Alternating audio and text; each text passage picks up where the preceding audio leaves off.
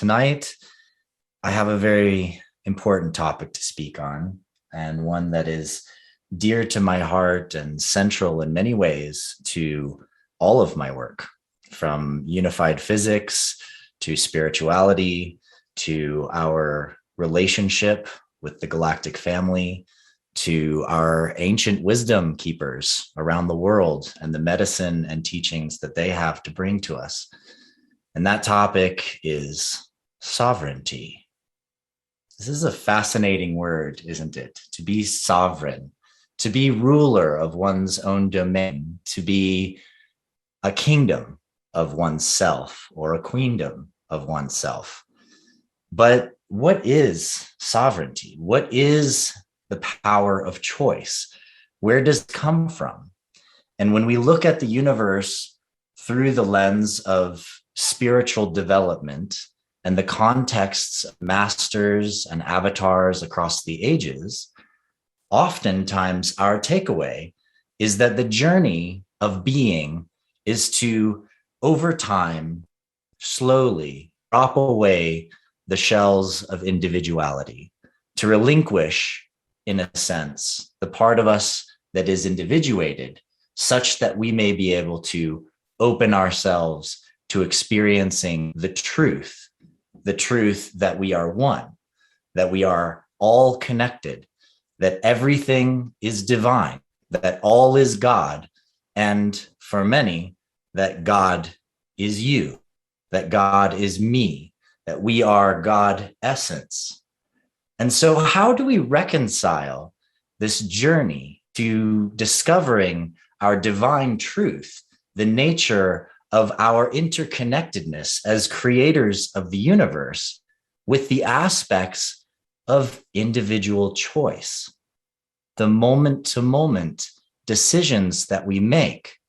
Well, in order to more deeply understand this beautiful divine paradox, it's important for us to understand physics of space-time. How is all of this creation that was created, if you created it, or if I, made to serve our experience of being? Well, if you went to basic high school physics class or college, which you know that everything is made up of atoms, not ADAMs, but ATOMs, and that these atoms are protons and neutrons, and they've got a little cloud of electrons and electrical charge spinning around them. They chain together, forming molecules, and the lattices of molecules give us the perception of wood versus metal, though both are hard, or water versus vodka, though both are liquid and clear. It is molecules that give us the experience and of the expression of the structure that we then identify as things with our minds. Yet within those molecules, there's this field of light swirling and moving and vibrating. And that field of light vibration, the electromagnetic vibration, the electron field, is reflecting back to us and communing within us the vibration of all things around us. And we experience that vibration as feelings, as emotions, sometimes subtle, sometimes overwhelming. Sometimes a vibration can cause one of our glands to literally orgasm into a release of chemical vibrations throughout our body that all our cells then interpret as a very, very strong feeling. Yet inside that field of vibration, there is these protons and neutrons. Well, what are those? Well, first off, neutrons, when they're released from the center of an atom, they decay back into a proton, meaning that they literally release a little bit of energy, reset their spin, and they're a proton within a split second, hundredths of a second, thousands of a second in most cases. And so what we're really dealing with when we are dealing with all that this is protons. Protons are like the fundamental little sphere, the space-time that could curve itself enough to forming this individualized essence, this individualized thing that's literally just a ball of space-time curved around itself and spinning at the speed of light. And that object, that little tiny thing, is where we get all of our experience of mass and matter from.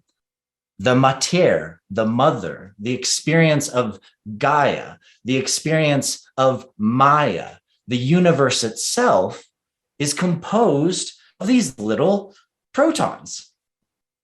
Well, I've had the pleasure and privilege to work with a dear colleague, Nassim Haramein, who many of you know, and built an academy to help bring his work through. And in the process, as that academy was ramping up, he developed an equation to figure out how many little oscillations of space-time itself exist within a proton. For he and I and many others had long come to realize that all of space-time is this beautiful energetic lattice, a field. We are inside a superfluid crystalline field that is communicable, that vibrates me to you to we. We can exchange, we can feel. Mothers can feel when their kids scrape their knees in the yard. We are interconnected by the field of entanglement that braids us together in this fabric of space-time. And that field fabric is made of just a bunch of little oscillations of light. It's literally just all light. And so a proton is actually just this field of light that has curved enough to wrap back around on itself and become this little ball. And protons never die. They last forever. They are, for all intents and purposes, eternal. We think it might take 4 lifetimes of our universe for a proton to decay.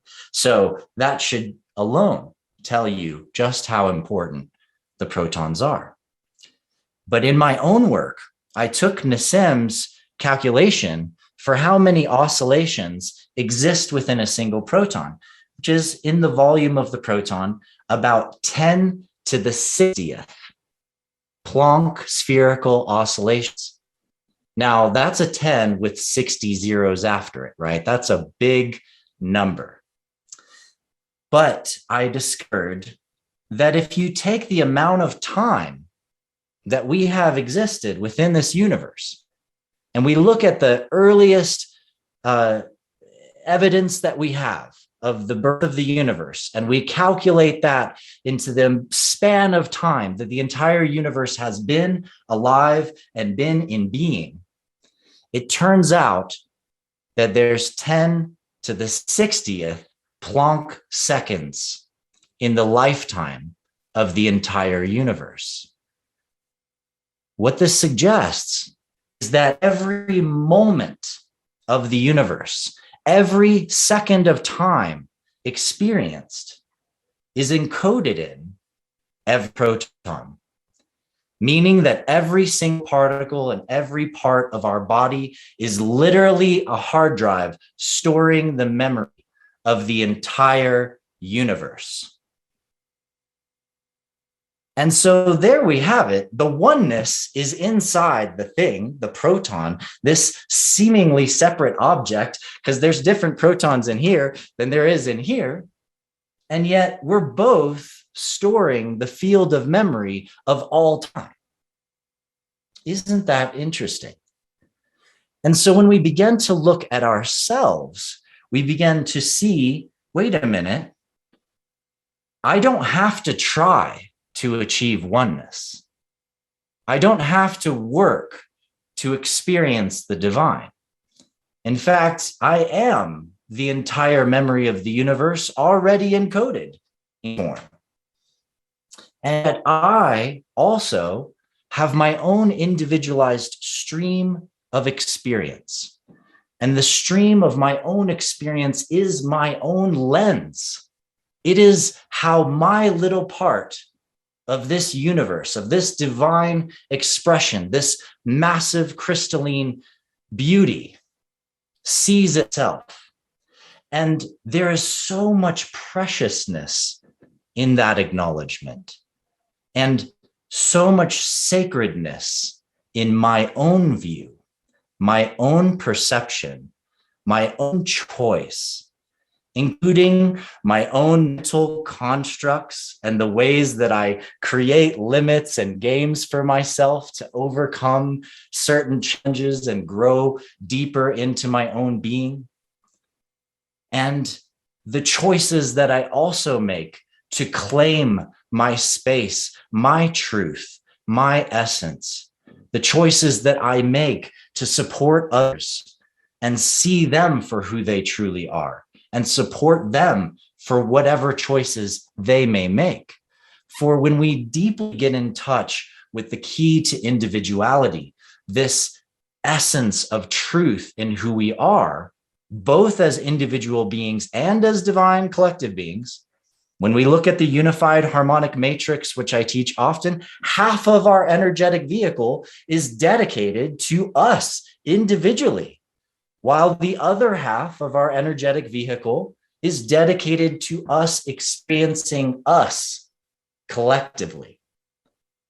And there's a bridge between the two, and that bridge is both the source of all harmony, of all peace, of all communion, and it can also be the place that we feel when we're separate and we're different the most intensively.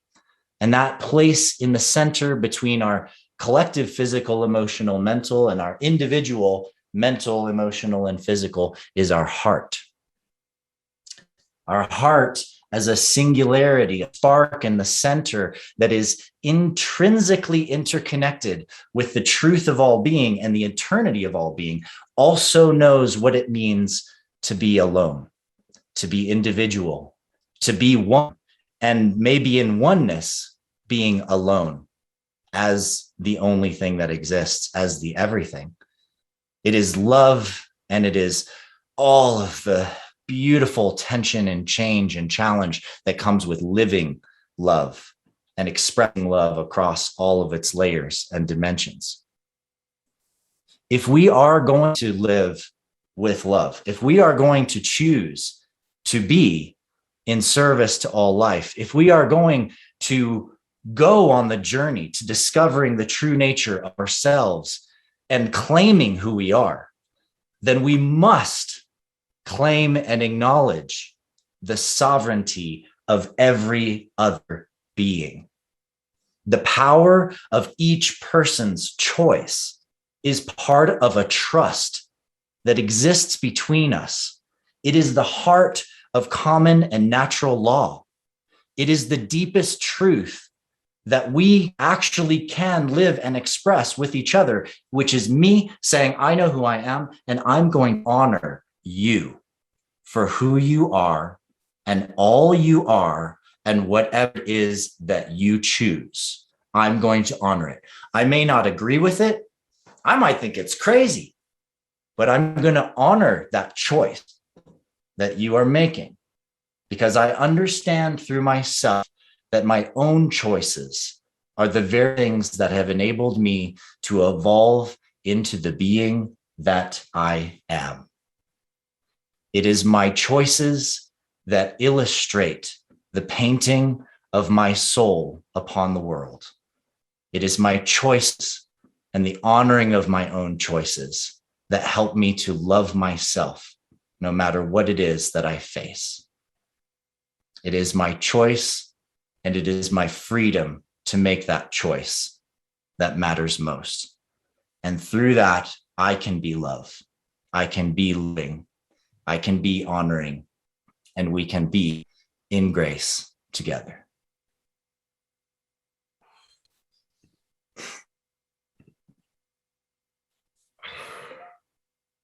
Let's just all take that in.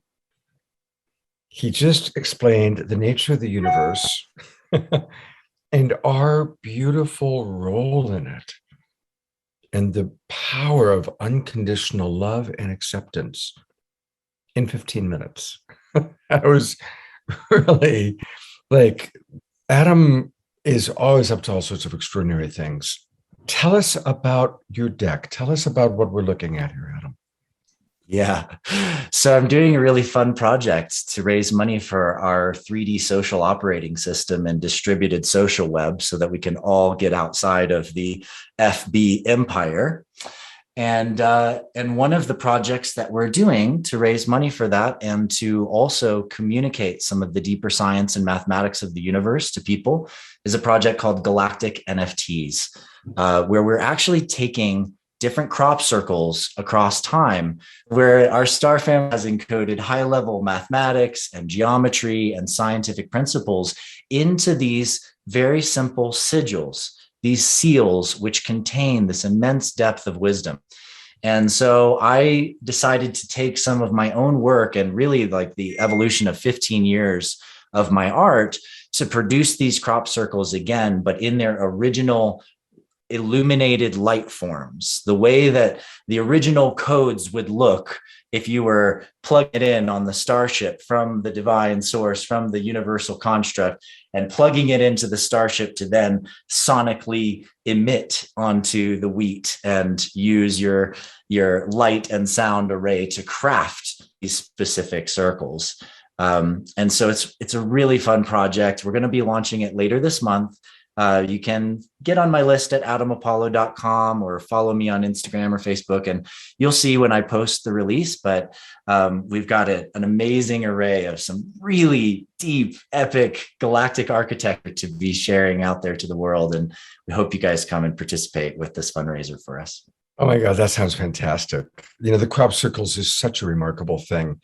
God bless my wife who passed away. We did a documentary film and we were shooting in the crop circles, of course, trying to figure out what it means. And she said, I think it's a kindergarten class on some highly developed extraterrestrial planet. And I said, okay, now, boys and girls, it's crop circle time. So we're going to go to Earth and you're going to make your little crop circles. That was her theory about it. So I would agree with that. Thank you so much, Adam, for your amazing work. And I look forward to just tracking what you're doing because it's so important. And again, thank you for such an incredible helping us to understand not only our world, but our relationship to the world. Thank you so much.